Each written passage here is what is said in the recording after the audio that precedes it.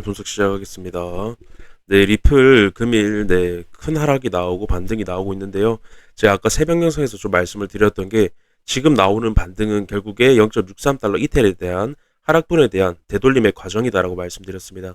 결국에 되돌림이라는 건 0.63달러에 대한 저항을 확인하는 과정으로서 더 큰 하락으로 이어지기 위한 과정이다, 움직임이다라고 말씀을 드렸고요. 지금 이 반등은 큰 반등은 기대하기 어렵고 결국에는 더 큰 하락으로 이어질 확률이 굉장히 높다라고 좀 말씀드리고 싶습니다. 그래서 일봉으로 좀 가보게 되면요. 일단 데드크로스 그대로 각인이 되면서 큰 하락이 나온 모습 볼 수 있습니다.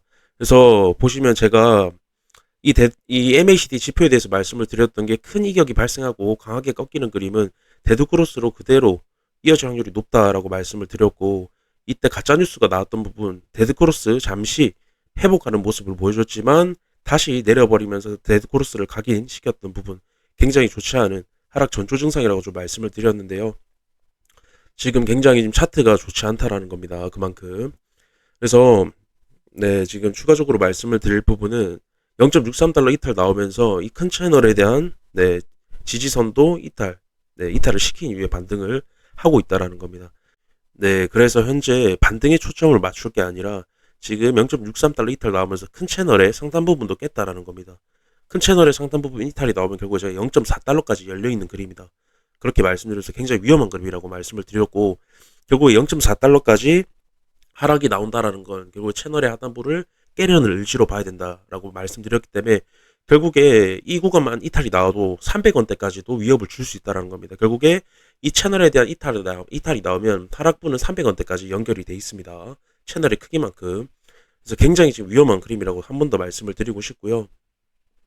추가적으로 또 말씀을 드릴 부분은 비트코인 상황입니다. 비트코인 상황 보시면 지금 비트코인 35.8에 대한 돌파 나오고 38K까지 갔지만 35.8을 다시 깼습니다. 제가 어떤 저항 라인이 있을 때 맞고 내려가는 것보다 올라갔다 내려오는 게 더 안 좋은 그림이라고 말씀을 드렸습니다. 맞고 내려오는 그림은 지지를 받고 다시 상승에 대한 부분, 어떤 희망적인 부분이 있지만 올라갔다가 지지를 받지 못하고 내려오는 그림은 결국에 매도 그리고 저항을 확인하고 내려오는 거기 때문에 안착에 대한 여부도 이루어지지 못한 상태로 내려온 거고요. 그렇기 때문에 더 안 좋은 그림이기 때문에 더 큰 하락이 나온다. 그렇게 말씀드렸는데 지금 35.8이 이탈이 나왔다라는 겁니다. 굉장히 위험한 그림이고요. 32.5K 33K 해당 구간까지 빠질 가능성이 굉장히 높습니다. 이제 단기적으로. 그리고 제가 이번 상승 불트랩으로 본다라고 좀 말씀을 드렸는데요. 이 추세에 대한 돌파가 결국에 가짜 상승이라는 게 제 관점이라는 겁니다. 그렇게 됐을 때는 굉장히 큰 하락으로 이어질 수 있는데요. 그렇게 됐을 때는 리플도 동반 하락이 나오면서 강한 하락으로 이어질 수 있다. 지금 리플 차트 단독적으로만 봐도 굉장히 차트가 약하고 굉장히 지금 약세한 모습을 보여주고 있고 큰 하락이 지금 예고가 돼 있다라는 겁니다. 제 관점에서는. 그래서 리플 도미넌스도 한 번 더 말씀을 드려보면요. 리플 도미넌스도 지금 보시면 채널에 대한 하단부 결국에 밑에서 마감하면서 한 번 더 약한 모습 보여주면서 큰 하락이 나왔었죠. 계속 도미넌스 같은 경우 약세일 확률이 높다라는 겁니다. 한 번 더 강조를 좀 드리고 싶고요.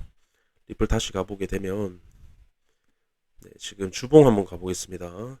주봉 쌍봉 형태로 지금 나와 있고 결국에 헤드앤숄더 갭에 대한 부분에 두 번의 저항을 확인하면서 강한 하락이 나오고 있다는 겁니다. 굉장히 좋지 않은 급이라고 말씀을 드리고 싶고 결국에 추세 전환형 캔들이 나오고 이런 봉이 나왔다. 결국에 추세 전환 주봉이기 때문에 장기적인 추세 전환으로 이어질 가능성이 높다라는 부분.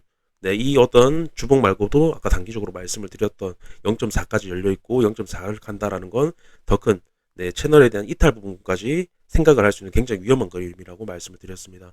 그래서 제가 일봉상에서 좀 말씀을 드렸던 게 말씀을 드렸던 게 지금 해당 구간 이 상승에 대해서 갭 메우기로 현재 구간을 바라보는 것과 갭 메우기가 아니라 어떤 조정의 형태 더 큰 상승을 위한 그림으로 바라보는 것은 분명 장기 투자 방향성에 있어서 굉장히 큰 차이가 날 것이다 라고 제 관점을 말씀을 드렸는데요.